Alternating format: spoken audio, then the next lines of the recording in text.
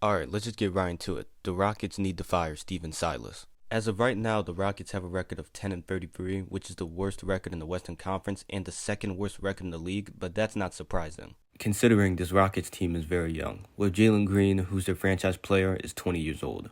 Kevin Porter Jr. is 22 years old, Sengun is 20 years old, Jabarismithjr. is 19 years old. Tarieason is 21 years old, Ty Washington is 21 years old, Kenyon Martin Jr. is 22 years old. All those players besides maybe Kenyon Martin Jr., because his name has been in trade talks for a while now, are who the Rockets want to be core pieces of this team for the future. So the Rockets having a bad record is not the reasons I believe Stephen Silas needs to be fired. The main reason I believe Stephen Silas needs to be fired is because the way he runs the offense. The way the Rockets run their offense is very ISO heavy and very little or no ball movement at all. There is a possession that just summarizes what the Houston Rockets offense is at this point. There was a possession when the Rockets played against the Jazz about a week ago. It started with Jalengreen having the ball in the left wing, and he tried to ISO Ochai Agbaji. Then Green passed Eric Gordon the ball, and he tried to ISO Jordan Clarkson. Then Eric Gordon passed the ball to Kevin Porter Jr., and he tried to ISO Mike Conley. And that didn't work, so Kevin Porter Jr. had to force a heavily contested shot at the end of the shot clock. In that entire possession, there was no off-ball movement at all, just Green, Gordon, and KPJ ISOs that all failed. That possession looks like a 16 or 17U AAU team where the coach just says go out there and play ball and doesn't have no offensive plays at all. That's basically the Rockets offense for you. And what makes that even worse, there's clearly a great way for the Rockets to run their offense, but Silas just doesn't do it. That way is the Rockets offense should be run through Sengun.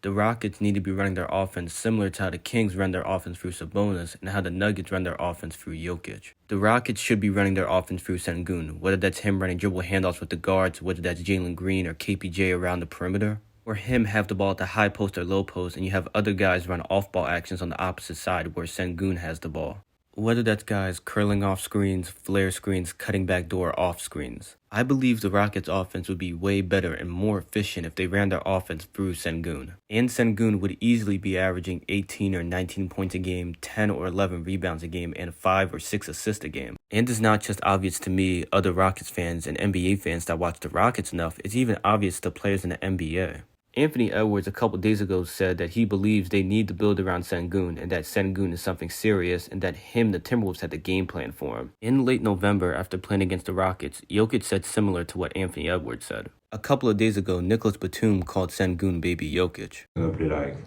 two of the best big men in the game, and the Baby Jokic, that's what I call him, because he's kind of like him.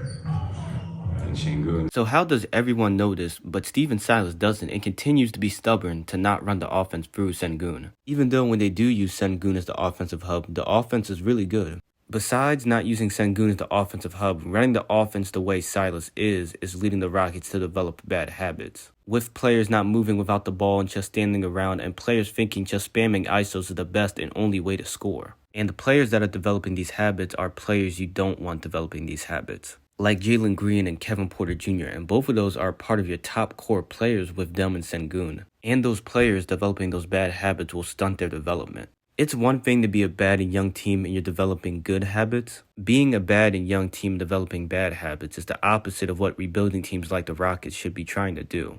The Rockets can keep getting these high picks in the draft like they have been, and will again this year. But it won't much matter of anything if the players you are drafting will be playing in a system where they'll be developing bad habits. So Rockets, please stop delaying the inevitable and fire Stephen Silas. You know it has to be done. I appreciate you watching the video. If you could like the video and subscribe to the channel, I would appreciate it. I'll see you on the next video. More content on the way.